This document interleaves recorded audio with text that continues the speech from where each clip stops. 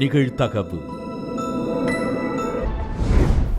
கோவிலில் தூய்மை பணி செய்து வந்த இளம்பெண் தனது வீட்டிற்கு சென்று சாப்பாடு எடுத்து வருமாறு கூறிய அர்ச்சகர் சாப்பாடு எடுக்க சென்ற பெண்ணின் பின்னாலேயே சென்று பாலியல் அத்துமீறல். நடந்ததை வெளியில் சொல்ல வேண்டாம், நானே திருமணம் செய்து கொள்கிறேன் என அர்ச்சகர் வாக்குறுதி.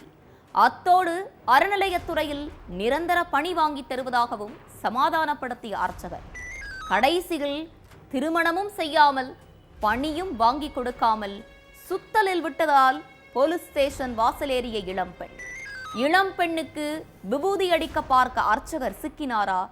அவர் மீது எடுக்கப்பட்ட நடவடிக்கை என்ன?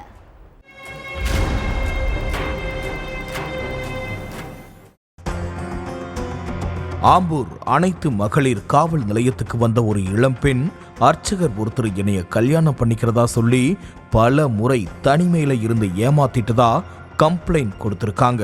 அதுக்கு பிறகு அந்த பொண்ணுகிட்ட போலீசார் விசாரணை நடத்தினப்பதான் பல உண்மைகள் வெளியே தெரிஞ்சிருக்கு. திருப்பத்தூர் ஆம்பூர் நகர் பகுதியில நாகநாத சுவாமி கோவில் இருக்குது. இந்த கோவில்ல 25 வயசான ஒரு இளம்பெண் தூய்மை பணி பார்த்துட்டு இருந்திருக்காங்க. அந்த பொண்ணுகிட்ட 30 வயசான கோவில் அர்ச்சகர் தியாகராஜன் இரட்டை அர்த்தத்துல பேசினதாவும் கோவிலுக்குள்ள வச்சே தகாத முறையில நடந்துகிட்டதாவும் சொல்லப்படுது. அதோட தன்னோட வீட்டுல சாப்பாடு தருவாங்க, அதை போய் வாங்கிட்டு வான்னு அந்த இளம் பெண்ணை அர்ச்சகர் அவருடைய வீட்டுக்கு அனுப்பியிருக்காரு. ஆனா அங்க வீட்டுல யாருமே இருக்க மாட்டாங்களாம். அந்த பொண்ணை கோவில்ல இருந்து அனுப்புனதும் பின்னாலேயே அர்ச்சகரும் அவங்க வீட்டுக்கு போய் கதவை லாக் பண்ணிட்டு பாலியல் அத்துமீறல்ல ஈடுபட்டிருக்காரு. உங்க வீட்டுல யாருமே இல்லைன்னு தெரிஞ்சு வேணும்னே எதுக்காக சாப்பாடு எடுத்துட்டு வர அனுப்புறீங்க?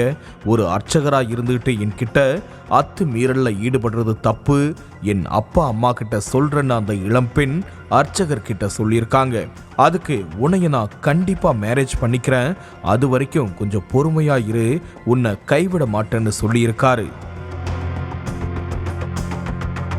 அர்ச்சகருடைய வார்த்தையை நம்பின இளம் பெண்ணை அடிக்கடி தன்னுடைய வீட்டுக்கு சாப்பாடு எடுத்துட்டு வர சொல்லி அனுப்பி பாலியல் சீண்டல்ல ஈடுபட்டிருக்காரு அர்ச்சகர் தியாகராஜன்.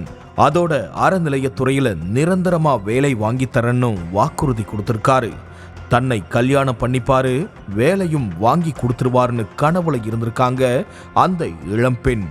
ஆனா கல்யாண பேச்சை எடுத்தாலே எரிஞ்சு விழுந்திருக்காரு தியாகராஜன். எங்க வீட்டுல மாப்பிள்ளை பாக்குறாங்க, அதனால சீக்கிரமா கல்யாணம் பண்ணிக்கலாம்னு அந்த இளம்பெண் அழுத்தம் கொடுத்தப்போ உங்க வீட்டுல பாக்குற மாப்பிள்ளைய கல்யாணம் பண்ணிக்கோன்னு குண்டை தூக்கி போட்டிருக்காரு அர்ச்சகர்.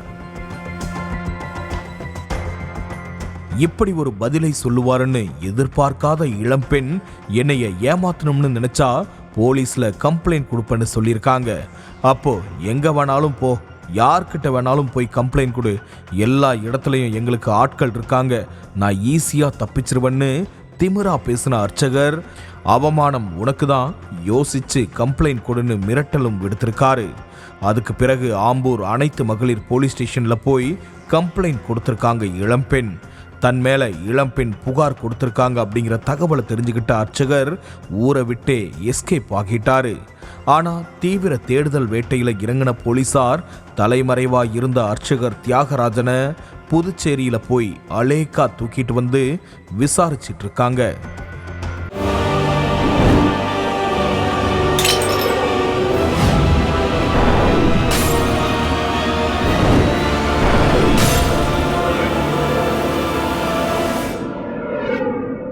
நிகழ்தகவு.